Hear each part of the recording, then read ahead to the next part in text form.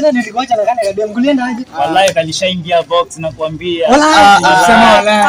Acha nilimuona. Jamani nilimuona bro. Wallahi ameingia box. Kalishaingia. Kwani nilikwambia kwa ni wapi? Pale juu kalinyambia uko juu kijiji ya pili toka hapo. Umeiva kwanza. Kwa hiyo kijiji ya pili? Kwa ile kijiji ya pili. Hapo aje sasa? Banda wewe mimi kalinitoa roho. Kadini karembo, sina karembo. Nilikuwa na yeye acha Wala uradi. Anakam. Kana kama hapa leo. Kwani anajua kweli? Jua si pale. Nimuonyesha ama basi kana pa.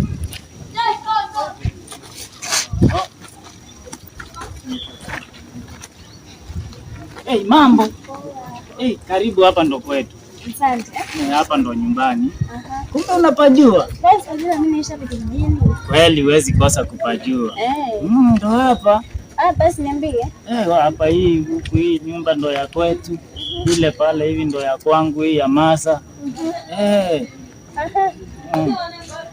Niambie basi ulikuwa unanitia kipi?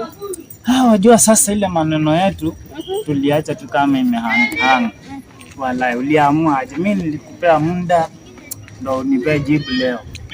Ati siwezi fikiria, nafikiria niko sawa. Inafaa. Wallahi nashukuru.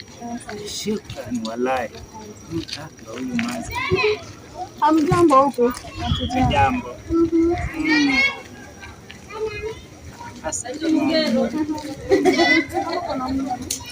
Hapa niko na mgeni. Anaweza niambia tu. Anajua kujielezea. Majina mimi ni Takashi. Mimi nafikia Kedoni. Ndio tukasalimiana tukaongea. Kama nikaja kumsalimia kwa nyumbani kwetu. Karibu sana. Mimi ndo mama. Asante. Hata mimi ndio shughuli zangu huko. Haya. Huyo ndo mami. Anaanga mambo. Ni friendly. Ama. Njoo hapa. Kama sasa mimi natoka hapa niende kwa chama ya kina mama.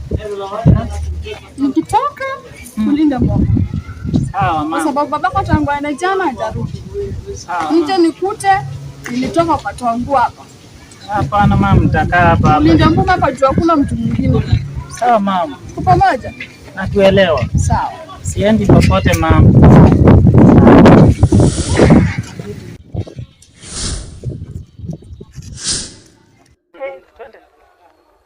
Umesema utakula nini? Tunataka kule huko vijijini. Kwa maana si hivyo ni kwaenda tu. Wewe sema tu chani unataka kukula. Kawa tu. Kawa peke yake. Labda tunyaskoti na kakeki sitaji. Wasi tufike huko sokoni basi ndo tutafute kahawa, tupate kakitu huko ukule.